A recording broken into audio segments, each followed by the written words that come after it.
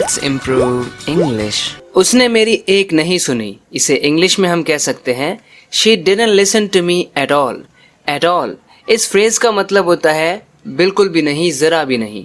She didn't listen to me at all, इसका आप use हर negative statement में कर सकते हैं, किसी भी नेगेटिव स्टेटमेंट में। जैसे मैंने ज़रा भी कुछ नहीं खाया, I didn't eat anything at all.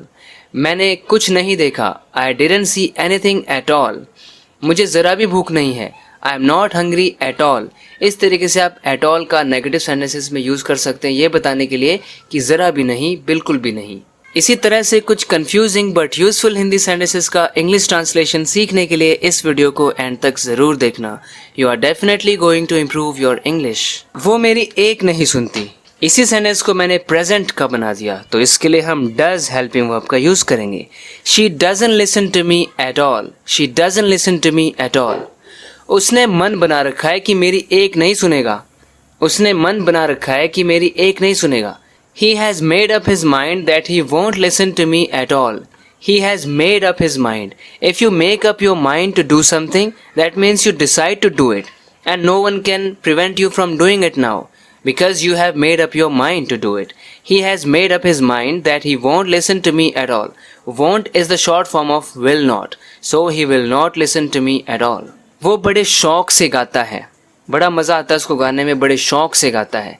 In English, we can say, he takes pleasure in singing. He takes pleasure in singing. उसी तरह मैं बड़े शौक से पुरानी फिल्में देखता हूँ। I take pleasure in watching old movies. I take pleasure in watching old movies. If you take pleasure in doing something, आप बड़े शौक से उस चीज़ को करते हैं। So मैं बड़े शौक से पुरानी फिल्में देखता हूँ। I take pleasure in watching old movies. Friends, आप मुझे ज़रूर बताना कि आपको कैसी मूवीज़ पसंद है, ओल्ड मूवीज़ या आज के ज़माने की मूवीज़। आप मुझे गुस्से से क्यों घूर रहे हो, गुस्से से क्यों घूर रहे हो। इस सेंटेंस के ज़रिए मैं आपको बताना चाहता हूँ ग्लेयर का use. Why are you glaring at me, why are you glaring at me. Glaring का मतलब होता है किसी को गुस्से से घूरना।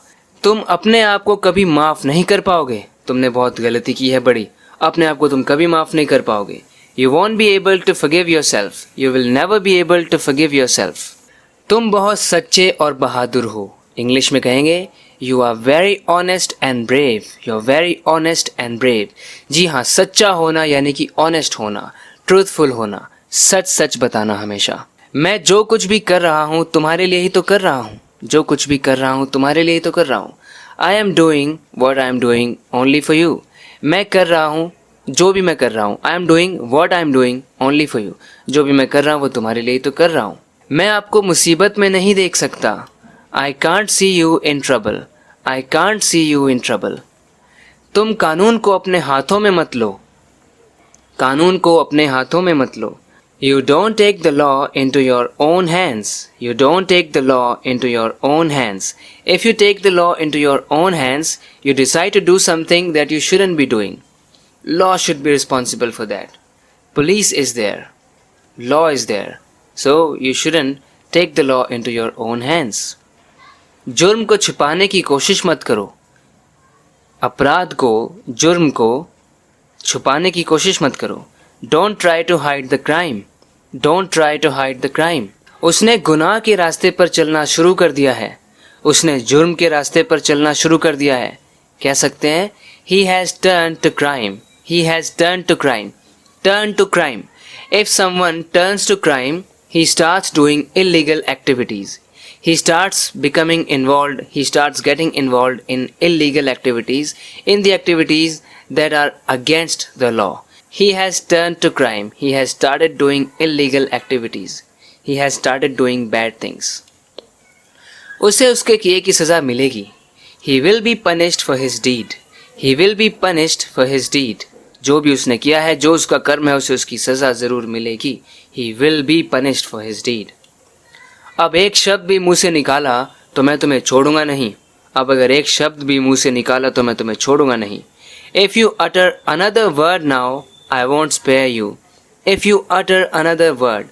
utter का मतलब होता है अपने मुंह से कोई भी साउंड प्रोड्यूस करना, यानी कि एक भी शब्द निकालना, कुछ भी कहना। If you utter another word now, I won't spare you. वो हमेशा अपनी मनमानी करता है, यानी वही करता है जो वो करना चाहता है। He always does as he pleases. He always does as he pleases. जैसा वो प्लीज करता है. इस सेंस में प्लीज का मतलब होता है इच्छा होना, चाहना. As he pleases यानी कि as he wants, जैसा वो चाहता है, जैसा उसे अच्छा लगता है. He always does what he wants. इस तरह भी कह सकते हैं. He always does what he wants.